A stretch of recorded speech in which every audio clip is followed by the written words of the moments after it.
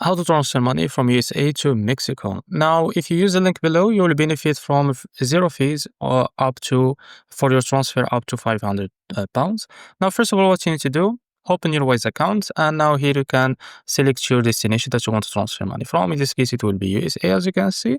Now, after that, what you need to do, select your recipient destination. In this case, it will be Mexico. Now, you can type it in the search bar, as you can see. Now, after that, what you need to do is just tap on send.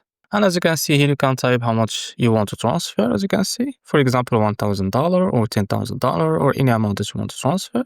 Now, after that, what you need to do, just tap on add recipient. Now, as you can see, tap on bank details. And now tap on someone else. And as you can see, this is the information that you want from your recipient in order to send that money to. You need the phone name, the club, their CURP, and as you can see, their country, the city, the recipient address, and postcode, and click on continue. So this is how to transfer money from USA to Mexico. And if you use the link below, you will benefit from zero fees for transfer up to $500 or 500 pounds. So this is how to transfer money from USA to Mexico. If you found this video helpful, please like and subscribe. See you next video.